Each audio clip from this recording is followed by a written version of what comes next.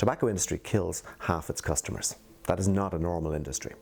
The fossil fuel industry is on target to kill 100% of its customers. It is not a normal industry.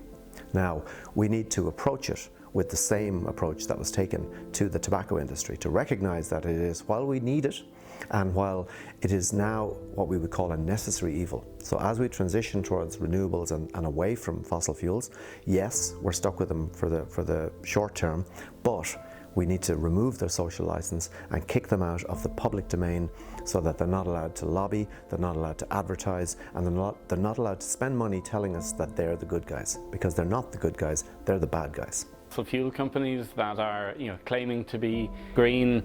There was recently reports about a petrol company, a petrol distribution sales company in Ireland claiming to be selling carbon neutral petrol or diesel. I can't remember which it was. In this documentary, we'll explore the role of government policy and carbon credits in mitigating climate change. From carbon pricing to emissions trading schemes, we'll examine how policymakers are trying, but failing, to create a sustainable future. I'm Diarmuid Torney. I'm a lecturer here in Dublin City University, and I teach in research on climate change policy and governance. My name is John Gibbons. I'm an environmental journalist, and I guess I'm also involved, I suppose, in writing and media work in and around climate environment, and I suppose I'm a little bit of an activist too, in the sense that I think the climate emergency is something that we all need to get stuck into, so I take a very proactive role in it rather than just reporting on it. I'm also kind of pushing for stronger action on climate. The Irish government has set a target to reduce greenhouse gas emissions by 51% by 2030 and has launched initiatives like the Climate Action Plan 2019 and the Climate Action Fund to achieve this goal. However, like with any government initiative, the success of their actions to combat climate change is subject to ongoing scrutiny from various stakeholders. Do you think we're on track to meet in our 2030 goals? Not a chance, not even close, not remotely. In fact, at best we're holding firm at the level, if you like, but probably when the figures come out at the end of this year, we'll be seeing that we're actually going backwards. So there isn't a dewdrop's chance in hell of making it so-called targets. And that's what we're very good at, is naming targets. The implementation is really hopeless, very, very disappointing. As I said, the good news is that we do have a climate action plan, and that's because, I guess, principally because we have Greens in government. We've kicked around climate action for the preceding 10 years and did nothing. Well, the trends aren't going in a very positive direction. So emissions declined during the pandemic. We were all locked up at home, people weren't driving as much, so emissions decreased that year, but then what we saw the following year was a rebound. So emissions, as people got out and about more, emissions went back up, and as currently projected, I think we're on track to reduce emissions by something like half of the target, so to get roughly halfway there if the government doesn't do more. Ireland has a few obstacles to overcome with achieving our climate crisis goals. I'm sure everybody's aware that we're not quite there with meeting the targets that have been set by the EU. Every year up until 2019, we spent over 100 million on carbon credits to meet those targets, so that we're not then fined by the EU. One of the ways that businesses and organisations can help to mitigate their carbon footprint is by purchasing carbon credits. But what exactly are carbon credits, and how do they work? A carbon credit, well, I suppose there are different types of ways of accounting for carbon. There's, for example, there's emissions trading systems and schemes in EU where you can do a certain amount of polluting and you pay a certain amount for it. Carbon credit is effectively a token for emissions. So every year or every 5 years, the government has these different climate targets to meet. So that means overall Ireland is only allowed to emit so much CO2. But for every year up until this year, we've always gone over that amount. So in order to stay within the targets that are set by Europe and not, face fines or any sort of backlash from them, the country has been going off to other countries like Slovakia and saying, can we buy carbon credits from you?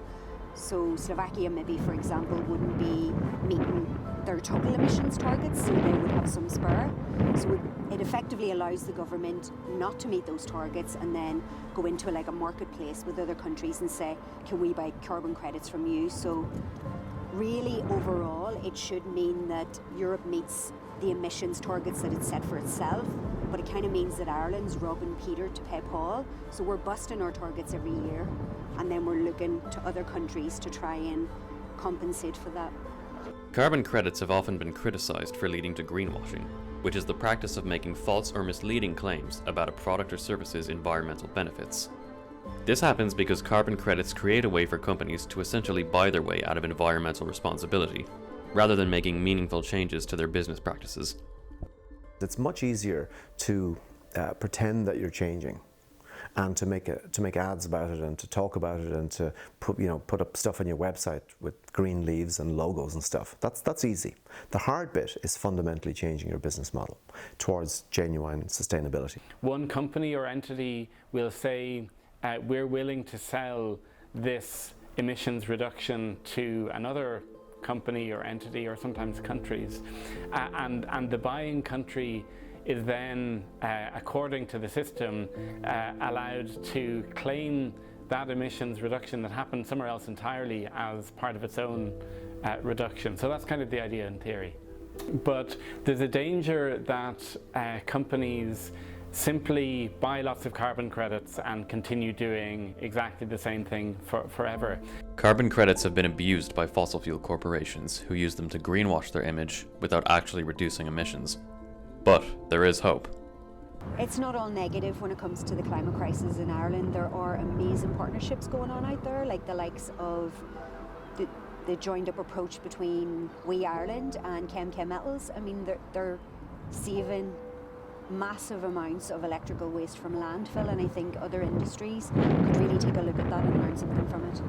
But in Ireland, on a positive note, in Ireland we probably have the best wind speeds in Western Europe. So we have we could be the proverbial Saudi Arabia of wind and be a major exporter through the interconnectors into Britain and into Europe. We could be selling huge amounts of surplus energy, and basically at the moment Ireland imports about 6 billion euros worth of fossil fuels a year, right? That's €500 million a month.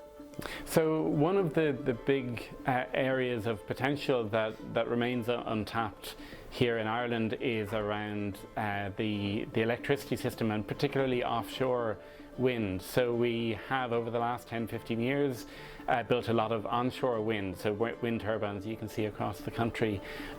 We have a huge offshore wind resource. The area of Ireland's national territory offshore is 10 times the size of our of the size of the country itself. So we have a huge untapped potential there, and so if we look at the UK, they've built a lot of offshore wind. So that's something that's a clear win. We need to put the planning and regulatory processes in place so that we can build that offshore wind capacity very quickly. Wind energy is a clean and renewable source of power that can help us transition away from fossil fuels towards a sustainable future. By investing in wind energy and other carbon neutral sources, we can reduce our reliance on fossil fuels and make real progress in the fight against climate change. Together, we can create a more sustainable future for ourselves and future generations.